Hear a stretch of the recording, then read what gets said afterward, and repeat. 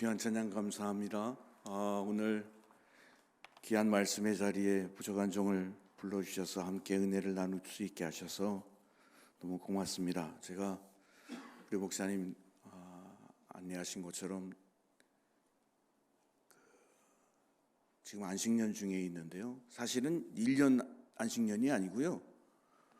벌써 한 5년 됐습니다. 제가 이렇게 고백하는 거는 원래 1년 안식년 하려고 시작을 했는데 코로나가 터졌어요. 그래가지고 그게 4년으로 늘었습니다. 저도 본의 아니게 코로나의 피해자이긴 합니다만 어쨌든 그래서 사실 말씀의 자리에 서는 시간이 오랜만인데요.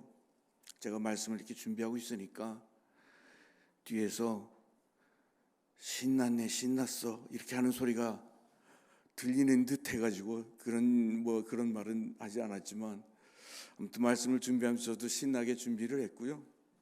그리고 이 시간 함께 말씀을 나누면서 은혜를 나눴으면 합니다. 불러주셔서 참 감사합니다.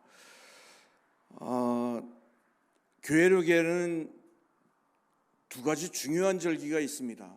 부활절하고 성탄절이 있죠. 그러나 한국 교회는 다른 중요한 절기가 있습니다. 추석절하고 설날절입니다. 저는 저희 아버님이 시골에서 목회를 하셔가지고요. 어린 시절을 주로 시골에서 살았어요. 한국에서 살았는데 이 추석이나 설날이 되면 이제 그때는 교회가 북적북적하는 겁니다. 왜 그런지 아시죠? 이제 떠나 있던 분들이 추석을 맞이해서 설날을 맞이해서 고향으로 돌아오니까 그때 고향 교회가 이제 북적북적한 거예요. 얼마나 행복하고 그리고 기분 좋은 잔칫날과 같은 그러한 시간인지 모릅니다. 그래서 그날만 되면 시골 교회를 다니는 사람들에게는 굉장히 행복한 시간이었어요. 제가 신학을 하고 그리고 부담임자로 있을 때 저에게 담임 목사님이 한번 그러더라고요. 설날인가 아마 추석인가쯤 됐을 텐데 교인들한테 광고를 하시기를, 자, 우리 교인들은 이번 설날에 고향에 내려가시는데 주일날 본교에서 예배 드려야 되니까 다 본교에서 예배 드리고 그리고 떠나라고. 그렇지 않을 거면 미리 갔다가 돌아와 가지고 우리 본교에서 예배를 드리는 게 그게 바른 신앙생활이라고 그렇게 말씀을 하시더라고요. 제가 그 말을 듣고 분기탱천해 가지고 목사님한테 따졌다는 건 아닙니까? 목사님, 추석절하고 설날절에 유일하게 시골에 있는 교회들은 그 떠나간 교인들이 돌아와 가지고 함께 예배드리면서 잔치 벌리고 그리고 기쁨을 나누는 그런 시간을 갖는데 교인들 보고 다 여기서 예배드리고 그렇게 내려가라고 그러면 어떻게 합니까? 시골 교회를 생각하셔야죠. 사실 도시에 있는 교회들이 이렇게 부흥하고 발전한 그것이 시골 교회에서 다 교인들 만들어가지고 그래서 도시로 보내가지고 이렇게 도시교회가 부흥하고 발전한 거 아닙니까? 그랬다가 한번 된통을 난 적이 있습니다. 그렇지만 시골 교회는요, 이 설날절 맞이하면 참 행복한 시간이에요. 그래서 저는 아직 그 느낌이 남아 있어서 그런지 이번 설날은 어떻게 보낼까 그러다가 우리 주님의 교회에서 와서 설교하라 그래가지고 얼마나 행복했는지 모릅니다. 오늘 이 시간 저와 여러분이 함께 말씀을 통해서 은혜를 나누는 정말 행복한 그러한 시간이 되었으면 좋겠습니다. 지난주에 한국 축구 대표팀들이 탈락하지 않았더라고 한다면 아마 지금쯤 교인들은 모여서 축구 얘기하는 분들이 참 많을 겁니다. 여자분들은 축구 얘기하는 거 싫어하고 군대 얘기하는 거 싫어하고 그리고 군대에서 축구한 얘기 제일 싫어하고 그런 데지만 그 남자들뿐만이 요즘 여성분들도 축구 운동 스포츠 좋아하시잖아요. 아마 4강에서 떨어지지 않았으면 지금쯤 아마 열심히 교회에서 만나도 축구 얘기하지 않았을까 그런 생각이 드는데, 축구를 비롯해서 스포츠 경기를 보면 프로팀뿐만이 아니라 국가대표팀 A매치라고 보통 얘기를 많이 하는데, 그러한 국가대항전을 보면 보통 경기를 할 때 홈앤드 어웨이 방식으로 경기를 치른다라고 이야기를 합니다. 왜 그러냐면, 예를 들면 국가 간의 경기를 할 때 자기 나라에서 경기하는 것이 훨씬 더 유리하거든요. 뭐 시차 문제도 있고 또 거리 문제도 있고 뭐 기타 등등 여러 가지 문제가 많이 있으니까, 특별히 자기 나라에서 경기를 하면 응원단들이 많이 올 것 아닙니까? 그러니까 응원도 열심히 하면 힘도 나고 분위기도 좋고, 그래서 경기에 좋은 영향을 미치니까, 그래서 일방적으로 홈에서 경기하는 사람이 유리했단 말이죠. 예를 들면 프로 팀들 같은 경우는 각 연고지를 두고 경기를 하는데, 자기네 안방에서 경기를 하게 되면 훨씬 더 유리하거든요. 그 유리한 사람들 쪽으로만 만약에 경기를 운영을 한다고 그러면 불공평하죠. 그래서 뭐 프로 경기도 그렇고, 그 다음에 국가 간의 대항전도 그렇고 홈 앤드 어웨이 방식으로 경기를 합니다. 쉽게 얘기하면 우리 집에서 한 번 했으면 너네 집에서도 한 번 하고, 상대방도 자기 집에서 한 번 했으면 그리고 건너가서 한 번 하고, 그런 식의 방식으로 경기를 운영을 합니다. 그것이 공평하다라고 하는 거예요. 왜 그렇습니까? 홈이 훨씬 더 유리하기 때문이죠. 어웨이가 상대적으로 불리하기 때문이죠. 그래서 선수들도 기왕이면 홈에서 경기하는 것을 원하고, 그리고 어웨이에서 경기하는 것을 꺼려하곤 합니다. 사실 이 홈앤드 어웨이라고 하는 말을 우리말로 번역을 하면 이렇게 표현할 수 있어요. 똥개도 자기 집에서는 절반은 먹고 들어간다. 이게 이제 한국말로 번역하면 홈앤드 어웨이입니다. 자기 집에서 훨씬 더 유리하다는 얘기예요. 그래서 뭐 오늘 우리가 설날을 맞이했지만, 설날에 고향 가면 사람들의 목소리가 한 톤 더 높아지잖아요. 사람들의 목소리 훨씬 더 커지잖아요. 제가 군대 생활을 군목을 했는데요. 군목으로 있으면서 병사들을 이렇게 만나면, 군목으로 애들한테 해줄 수 있는 게 그렇게 많지가 않아요. 뭐 훈련할 때 찾아가서 뭐 격려하고 뭐 이런 것도 하지만, 내가 해줄 수 있는 게 뭐가 있을까 생각을 하다가 그 이등병 친구들에게 군종실에다가 그 친구들이 이제 뭐 수요예배 때 이렇게 군종실에 또는 교회에 오면 집에다 전화를 걸게 해줬어요. 뭐 지금이야 그냥 휴대전화가 너무 일상화돼 있어서 뭐 병사들이, 군인들이, 군생활하는 친구들이, 아들들이 집에다 전화 거는 게 그 뭐 대수롭지 않은 일이지만, 그 당시만 해도 휴가 가지 않으면 부모님과 통화할 일이 별로 없었거든요.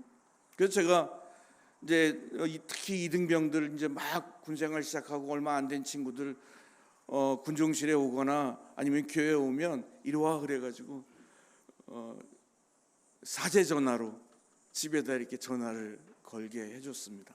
그러면 군생활 하시는 분들은 알겠지만, 군대 가면 이제 말이 달라지잖아요. 흔히 말하는 단아까, 그랬습니다, 그랬습니까, 뭐 이런 식으로만 말을 하지, 내가 고향이 전라도라서 전라도 사투리 쓸 수 있는 게 아니잖아요. 그런데 딱 전화를 걸게 해주면 이 친구가 바로 그 사투리가 탁 튀어나오면서 어머니 그러면서 사투리가 탁 튀어나와요. 그러면서 톤이 이만큼 올라가요. 목소리가 이만큼 커집니다. 제가 그걸 옆에서 이렇게 보면서, 야, 그렇구나. 고향이라고 하는 것이 나한테 어떤 느낌인가, 나한테 어떤 것인지 정말 새삼스럽게 깨달았던 적이 있습니다. 고향이란 그런 거예요. 나한테 유리한 거고 나한테 가장 좋은 최대의 장점이 되는 게 바로 홈이라고 할 수 있습니다. 그런데 우리가 인생을 살아가면서 우리가 신앙생활하면서 우리의 삶이 또는 우리의 신앙이 늘 홈이라고 하는 좋은 그러한 바탕에서 좋은 위치에서 좋은 자리에서만 그렇게 신앙생활하거나 아니면 그렇게 살아간다라고 하면 얼마나 좋겠어요. 근데 그렇지 않잖아요. 내 마음대로 되지 않잖아요. 살다 보면 우리는 홈에서 떨어져 나갈 때가 참 많습니다. 내 의지와 상관없이 내 생각과 상관없이 내가 원하는 것과 상관없이 홈에서 살지 못하고 홈에서 지내지 못하고 어웨이의 삶을 살 때가 많이 있다라고 하는 거예요. 오늘 말씀에 등장하는 아브라함도 그랬습니다. 오늘의 말씀을 보면 아브라함이 홈에서 나와서 타향살이를 하는 과정을 설명하고 있습니다. 이 11장 말미에서부터 시작된 아브라함의 이야기를 이렇게 보면 11장 특히 11장과 12장을 놓고 보면 아브라함에 대한 기록이 시간적으로 기록되어 있는 것이 아님을 알게 됩니다. 시간적으로 기록된 것으로 11장, 12장을 놓고 보면 왜 이렇게 기록되어 있지라고 생각할 수가 있는데 이 11장 말미와 12장에 기록되어 있는 아브라함의 기록은 이야기는 시간적 기록이라기보다는 어떤 상황적 기록이라고 보시면 이 말씀을 이해하기가 훨씬 더 쉽습니다. 그렇게 놓고 12장 오늘의 본문에 있는 말씀을 보면 하나님께서 어느 날 아브람을 부르셔서 아브람에게 너 이제 고향 갈대아 우르를 떠나 내가 네게 지시하는 땅으로 가라 라고 명령하시는 것을 볼 수가 있습니다. 문제는 하나님의 그 말씀이 아브라함에게 내가 지금 살고 있는 고향 땅을 떠나라고 하는 거예요. 갈대아 우르를 벗어나라고 하는 거예요. 당시 사회에서 부족을 벗어난다라고 하는 것은 대단히 위험한 시도입니다. 자기 고향을 벗어난다라고 하는 것은 생명이 위기를 맞이할 수 있는 그러한 말과 다르지 않습니다. 11장의 기록에서도 보듯이 그 과정이 매우 험난했기 때문에 아브람도 하란이라고 하는 곳에서 아버지 데라를 잃게 되는 것을 보게 됩니다. 이제 아브라함 앞에는 수많은 고난과 위험과 유혹이 버티고 있었고 이제 아브라함이 이러한 상황 앞에서 이 문제를 해결할 수 있는 가장 확실한 방법은 무엇일까요? 여러분 생각에 여러분이 만약에 아브라함이라고 한다면 지금 하나님께 이런 말씀을 들었는데 야, 너 이제 고향 떠나서 이제 내가 내게 지시하는 땅으로 가. 히브리서 11장에 있는 말씀에 보면 아브라함이 갈 곳을 알지 못하고 갈 방향을 알지 못하고 갔다고 그랬어요. 어딘지 하나님 말씀하시는데 가본 적도 없고 그리고 거기에 답사를 해본 적도 없고 그래서 가긴 가야 되는데 지금 내가 제대로 가는지 알 수도 없는 그러한 상황 속에서 지금 가야 되는 겁니다. 이러한 상황 속에서 이제 선택을 해야 되는 거예요. 여러분 가장 확실한 선택은 뭘까요? 가장 좋은, 가장 쉬운 선택은 뭘까요? 하나님의 말씀을 못 들은 채 하는 겁니다. 무시하는 겁니다. 아담과 하와가 그랬던 것처럼 하나님의 명령을 무시하는 거예요. 그러면 내게 있는 내 앞에 닥쳐질 수많은 고난과 위험과 그리고 내가 헤쳐가야 될 수많은 유혹들을 일순간에 해결할 수가 있어요. 하나님의 말씀을 무시하기만 하면. 여러분이 아브라함의 입장이라면 어떻게 하시겠습니까? 우리가 살다 보면 중요한 선택을 할 때가 있습니다.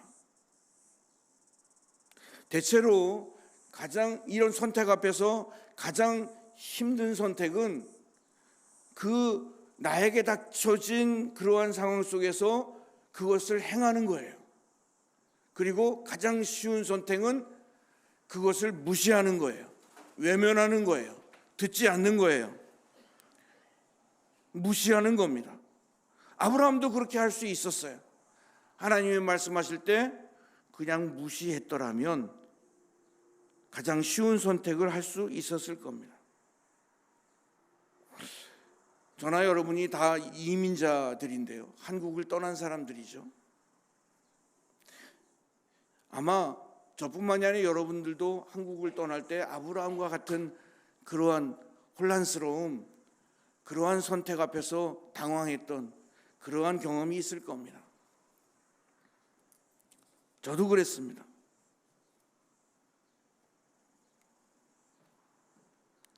이 선택을 해야 되나? 난 뉴질랜드라고 하는 곳을 한 번도 가본 적도 없고, 뉴질랜드 교회에서 저를 불렀는데 그 교회가 어떻게 생겼는지도 모르고 이걸 가야 되나 말아야 되나. 여러분들이 아마 이민을 떠나오실 때 그런 생각을 갖고 오시지 않았을까. 그런 면에서 놓고 보면 여기 있는 이민자들은 제가 볼 때는 다 아브라함의 그런 수준, 아브라함의 레벨에 있는 분이라고 생각할 수 있습니다. 그것도 나름 자부심을 가질 항목인 것 같아요. 그런데 아브라함이 하나님의 명령을 무시하는 선택을 만약에 했더라면 어떻게 되었을까? 아브라함이 가장 쉬운 선택이라고 하는 이 선택을 하게 됐다면 어땠을까? 그는 기근을 겪지 않았을 것입니다. 그는 가장 가까운 사람에게 배신을 당하는 일도 없었을지 모릅니다. 죽음의 위험을 감수하지 않아도 되었고, 남편으로서 혹은 가장으로서 책임을 다하느라 창피를 무릅쓰고 거짓말을 하는 그러한 수모를 당하는 일도 없었을지 모릅니다.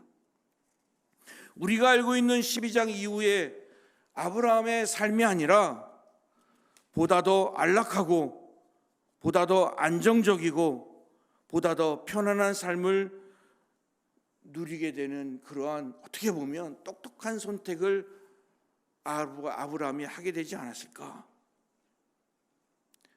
또 한편으로 만약 여러분의 자녀들이 여러분에게 와서 아빠, 엄마, 제가 지금 이러한 선택을 제 앞에 지금 이런 선택이 있는데요, 제가 무엇을 선택해야 될까요? 제가 어떻게 해야 될까요? 만약 그렇게 여러분에게 묻는다면 여러분은 부모로서 그들에게 어떻게 이야기해 줄 수 있겠습니까? 만약 우리 아이들이 저한테 물었다고 한다면 저는 그때부터 기도하기 시작했을 겁니다. 기도가 절로 나오지 않습니까? 왜? 아이들에게 내가 배운 신앙대로, 내가 가지고 있는 양심대로 이야기하면 아이들 보고 야, 너 지금 이 길로 가야 돼 라고 얘기해야 되는데, 부모의 마음으로 생각하면 이 길이 아니라 야, 이 길 가는 거 좋은 길이긴 하지만 이 길로 갔으면 좋겠어 라고 하는 그런 마음이 들거든요. 그게 부모의 마음 아니겠습니까? 저도 어릴 때 아이들 데리고 뉴질랜드에 왔는데요, 어느 날 얘들이 성인이 돼가지고 저한테 이렇게 얘기하더라고요. 아빠, 우리가 어릴 때 아빠가 온갖 가모니솔로 꼬드겨가지고 뉴질랜드에 데려왔는데, 야, 뉴질랜드 가면 거기에 막 그 양하고 소가 막 땡땡 굴러다니고 막 초원 위에서 굴러다니고, 그리고 거기 가면 개도 키울 수 있고 막 이런 걸로 꼬드겨가지고 자기들을 뉴질랜드에 데리고 왔는데, 곰곰이 생각해 보니까 자기들 의견은 다 무시하고 데리고 왔다는 거예요. 그 얘기를 들으니까 한편으로 맞습니다. 그래서 참 고개를 들 수가 없어서 미안했었어요. 근데 아이들이 우리에게 어떤 선택을 이야기할 때 여러분 막 두 가지 마음이 갈등하지 않나요? 내가 신앙의 선배로서 아이들한테 이렇게 얘기해 줘야 되는데, 내가 믿음을 가진 자로서 내 인생의 선배로서 이렇게 얘기해 줘야 되는데, 그 한편 마음속에서는 이거보다 더 쉬운 길이 있는데, 더 편한 길이 있는데, 더 안락한 길이 있는데.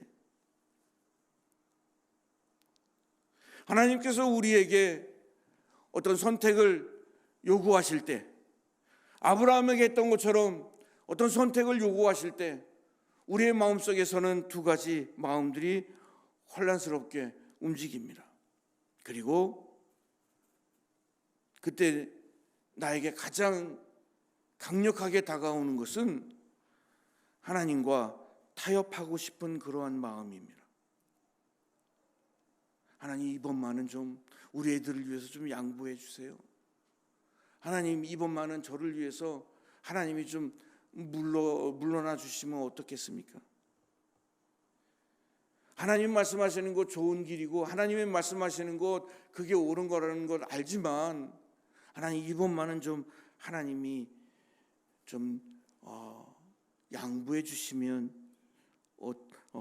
어떻습니까? 라고 그렇게 타협하고 싶을 때가 참 많이 있습니다. 그런데 오늘의 본문을 보면 하나님의 말씀은 명령과 확신으로 이루어져 있는 것을 볼 수가 있습니다.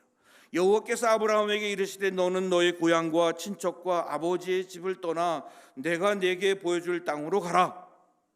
내가 너로 큰 민족을 이루고 네게 복을 주어 네 이름을 창대하게 하리니 너는 복이 될지라. 하나님의 말씀은 명령과 확신입니다.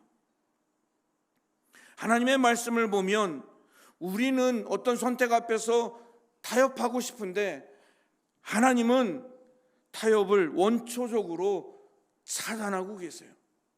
명령하고 계세요.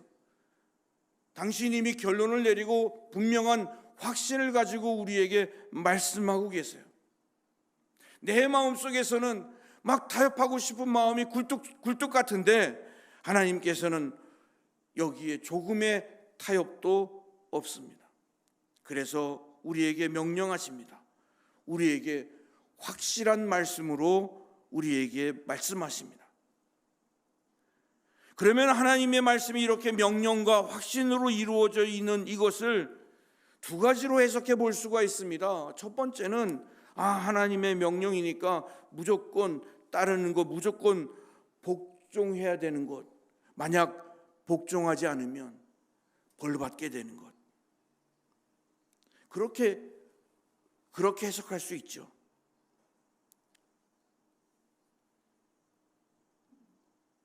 그래서 그렇게 해석을 하기 때문에 때로는 저와 같은 사역자들이 교인들에게 말씀에 복종해야 된다라고 이야기하면서 참 죄송하지만 어떤 때는 윽박지르기도 하고 겁박하기도 하고 그럽니다. 그게 카리스마라고 생각을 하고 그것이 권위라고 생각할 때가 가끔 있습니다. 하지만 그것은 우리가 신앙의 원리를 하나님의 말씀을 잘못 해석하고 있는 것입니다. 착각하는 것입니다. 그래서 많은 이단들이 성도들을 그렇게 윽박지르고 성도들을 그렇게 부려먹는 것을 볼 수가 있습니다.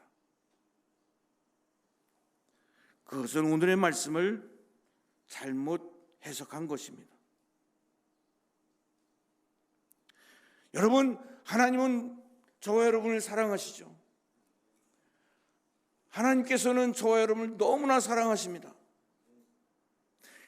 하나님이 우리를 너무 사랑하시는데 하나님께서 우리에게 명령하셔요. 그 명령이 우리를 겁박하고 윽박지르기 위해서 하시는 걸까요? 잘못된 사역자들이 혹은 이단들이 이야기하는 것처럼 그것을 명령이라고 하는 틀로 해석해서 무조건 따라야 된다. 네 생각 다 지워버리고 네 고민 다 지워버리고 그리고 네가 원하는 거 다 무조건 내려놓고 무조건 따르기만 하면 된다. 여러분, 그것은 하나님이 원하시는 신앙의 원리가 아닙니다. 왜냐하면 하나님은 사랑이시기 때문에 그렇습니다. 하나님은 사랑이시기 때문에, 우리를 사랑하시기 때문에, 만약에 어떤 사람이, 어떤 이가 나 너 사랑해 그래서 막 계속 스토킹하고, 그리고 심지어는 요즘 듣도 보도 못한 용어가 있더만요. 데이트 폭력을 하고, 가정에서 가정 폭력을 하면서 나 너 사랑하기 때문이야 라고 만약에 이야기한다면 그것이 온전한 사랑일까요? 아니잖아요. 사랑이란 뭡니까? 사랑이란 상대방을 존중하는 데서부터 시작이 됩니다. 하나님은 우리를 사랑하셔요. 그래서 하나님은 저와 여러분들을 존중해 주세요.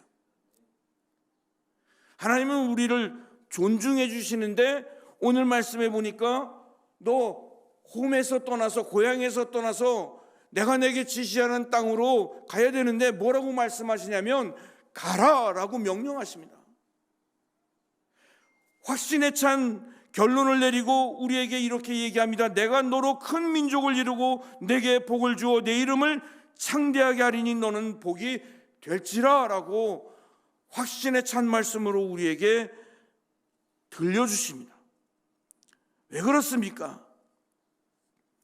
신앙이라는 것은 하나님의 그 사랑에 반응하는 것이기 때문입니다. 억지로 끌려가는 것이 아니라 기쁨으로 따라가는 것이기 때문입니다. 비록 그 길이 험난한 고난의 길이라 할지라도 불평하지 않고 견디며 한 걸음 한 걸음 나아가는 것이, 그것이 온전한 신앙의 모습입니다. 나의 주장대로 가지 말고 하나님의 말씀대로 가라고 주님은 우리에게 명령하고 있습니다. 그래서 아브라함은 하나님의 명령에 순종합니다. 그리고 그의 앞에 그가 충분히 예상할 수 있었던 수많은 위험과 그리고 죽음과 그리고 고난과 여러 가지 수치스러운 일들이 그 앞에 놓여져 있었지만 아브라함은 한 번도 불평하지 아니하고 그것을 다 감수합니다. 기쁨으로 감수합니다. 그 일을 온전히 순종합니다. 불평하지 아니합니다. 사랑하는 성도 여러분, 주님의 말씀에 순종하다 보면 어떤 때 우리는 홈이 아니라 어웨이에 있게 되는 것을 깨닫게 됩니다. 하나님께서 우리에게 복 주신다고 했으니까 내 상황이 내가 원하는 대로 좋은 자리에 서 있어야 되는데, 안락한 자리에 서 있어야 되는데, 좋은 자리에 서 있어야 되는데, 내가 원하는 자리에 내가 원하는 모양에 있어야 되는데, 그게 아니라 전혀 엉뚱한, 심지어는 완전히 반대의 자리에, 반대의 모습에 내 상황이 놓여져 있다라고 하는 거예요. 나는 그 길을 원하지 않았는데, 아니 원하지 않는 것뿐만이 아니라 나는 그것을 절대적으로 거부했는데 하나님께서는 우리를 그 길로 가라고 말씀하시고 명령하시고, 그리고 그 길로 우리를 떠밀어 놓는 그러한 상황을 맞이하게 될 때 어떤 생각이 듭니까? 어떤 때는 억울한 마음이 들기도 하고, 하나님께 원망하고 싶은 그런 마음이 들기도 하고, 하나님은 나에게 복을 주신다라고 말씀해 주셨는데 이게 진정 복인가 싶은 그런 혼란스러운 상황을 우리는 너무나 많이 접하게 된다라고 하는 거죠. 그러나 사랑하는 성도 여러분, 낙심하지 마십시오. 이 시간은 하나님께서 우리로 하여금, 우리 공동체로 하여금, 나로 하여금, 우리 가정으로 하여금 힘을 기르는 시간으로 우리에게 하나님이 허락하신 시간임을 믿으시기를 바랍니다. 이 지점 하나님이 나를 골탕 먹이기 위해서, 하나님이 나를 사랑하지 아니하여서 나를 이 장소로 몰아간 것이 아니라, 이 지점은 하나님께서 나에게 허락하신 전환점이라고 하는 사실을 여러분 반드시 기억하시기를 바랍니다. 마라톤을 뛰는 선수가 열심히 뛰다 보면 어느 순간에 전환점에, 반환점에 도달하게 되죠.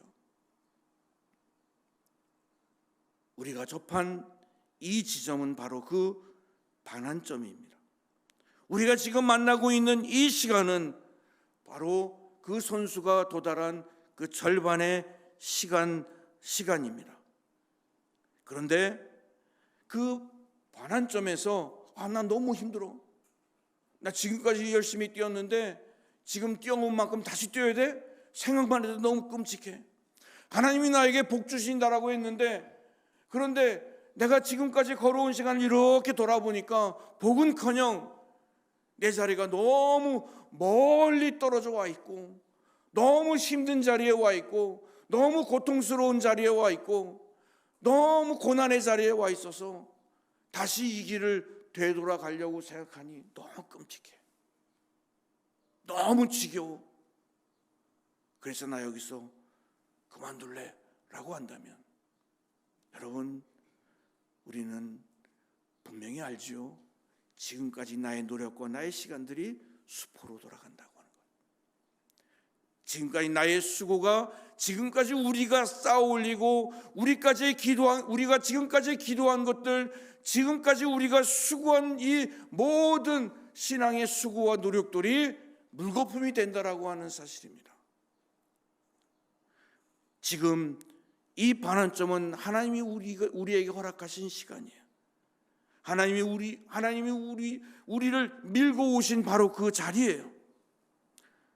그러므로 이제 우리는 이 전환점에서, 반환점에서 힘들고 혼란스럽다 할지라도 포기하지 말고 견디면서 내 모든 수고가 밑거름이 되어 찬란하게 꽃으로 피어나고, 그리고 아름다운 열매로 맺힐 것이라고 하는 믿음을 가지고 나아가야 되는 그러한 자리에 저와 여러분이, 그러한 시간에 저와 여러분이 서 있음을 믿으시기를 바랍니다. 하나님이 우리에게 주시는 복은 우리의 수준을 훨씬 뛰어넘습니다. 하나님이 말씀하신 복은 우리가 어디를 가든지 함께 하신다라고 하는 약속입니다. 아브라함이 하나님의 이 약속을 붙들고 나왔습니다. 그리고 수많은 어려움을 하나하나 견디어 나갑니다. 그리고 끊임없이 하나님이 나에게 복 주셨음을 고백하는데, 그 복의 내용을 여러분 자세히 보십시오. 그 복의 내용을 다 응축해서 모아서 한마디로 만든다고 한다면 그것은 임마누엘, 하나님이 나와 함께 하신다는 고백이었습니다. 왜 그렇습니까? 주님은 결코 나를 홀로 내버려 두지 아니하시는, 나를 사랑하시는 분이기 때문입니다. 고향이 생각나는 명절에 더더욱 홈이 사무치는 때를 저희들이 지금 지내고 있는데, 공동체를 놓고 보더라도, 여러분 개개인의 신앙을 놓고 보더라도, 삶을 놓고 보더라도 어떻게 보면 홈이 아니라 멀리 떨어져 있는 그러한 시간을 보내고 있는 이 때에, 사랑하는 성도 여러분, 주님과 오히려 더 가까워지는 복받는 공동체, 복받는 성도들의 신앙을 살아나가는 그러한 여러분들이 되시기를 주님의 이름으로 축복합니다. 기도하시기